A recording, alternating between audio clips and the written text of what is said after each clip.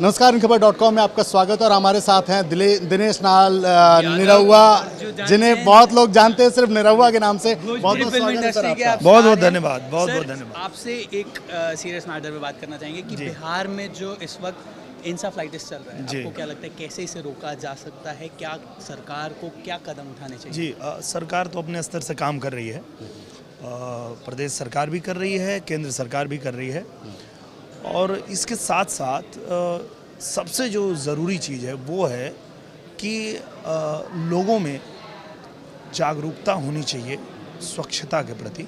और इसके लिए प्रधानमंत्री जी काफ़ी समय से कोशिश कर रहे हैं कि लोगों में ये बात बहुत ज़रूरी है, इस बात को समझना कि आप बीमार होने के बाद इलाज के लिए हम भटकते हैं, उससे पहले हमको ये तरकीब अपनाना पड़ेगा, स्वच्छता पे हमको ध्यान देना ही पड़ेगा ताकि ये स्थिति पैदा ही ना हो। पर जो स्थिति आज आई है वो बहुत ही दुखद है और उसके लिए केंद्र सरकार भी और प्रदेश सरकार भी पूरी तरह से काम कर रही है और इस पे काबू पाने की कोशिश की जा रही है। लेकिन जिस तरीके से पिछले 48 घंटों की बात करें और जब केंद्रीय मंत्री रविशंकर आपका हर्षवर्धन भी पटना मुजफ्फरपुर पहुंचे थे अस्पताल में, उस दौरान भी बच्चों की मौत हुई, उसके बाद भी लगातार ये सिलसिला रुक नहीं रहा है। ये लगता है जैसा कि गोरखपुर पार्ट 2 हम देख रहे हैं कहीं ना कहीं मुजफ्फरपुर में। तो आपको लगता है कि प्रदेश सरकार और केंद्र सरकार ने वो जो व्यापक तैयारी होनी चाहिए थी इस बारे में वो नहीं की है, कहीं ना कहीं कोई कमी रह गई? देखिए, मुझे लगता है कि ये निश्चित रूप से एक विपदा की घड़ी है, बहुत बड़ी आपदा है और इसके लिए जितना भी दुख व्यक्त किया जाए वो कम होगा। लेकिन बात वही है कि हम लोगों को भी जागरूक होना चाहिए, हमको भी ये बात समझनी ही पड़ेगी।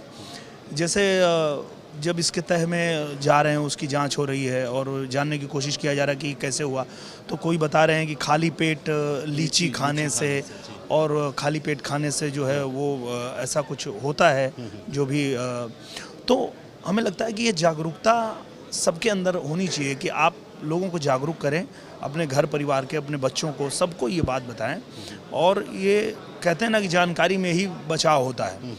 तो कोई विपदा आती है तो उससे तो पूरा देश निपटने के लिए तैयार होता है। आज पूरा देश जो है इसके लिए चिंतित है, पर निश्चित रूप से आगे कोई ऐसी विपदा ना आए इसके लिए हमको पहले से तैयार रहना पड़ेगा।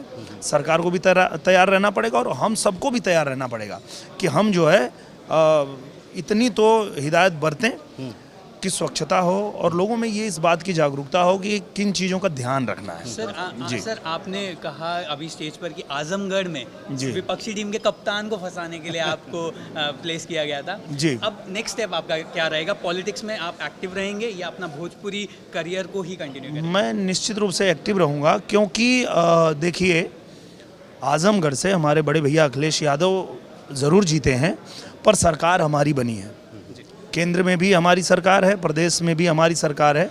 तो मैं ऐसा मानता हूं कि अखिलेश यादव भैया से ज़्यादा जिम्मेदारी मेरी है आजमगढ़ के लिए। मेरी सरकार है तो मुझे ज़्यादा काम करना है। तो मैं निश्चित रूप से यहाँ बना रहूँगा और जितना ज़्यादा से ज़्यादा हो सकता है वो मैं काम करूँगा आजमगढ़ में। चलिए, बहुत बहुत शुक्रिया सर। ये थे इनखबर.com और newsix.com। थैंक यू, बहुत बहुत शुक्रिया। इन खबर चैनल को सब्सक्राइब करें और बेल आइकन दबाना ना भूलें।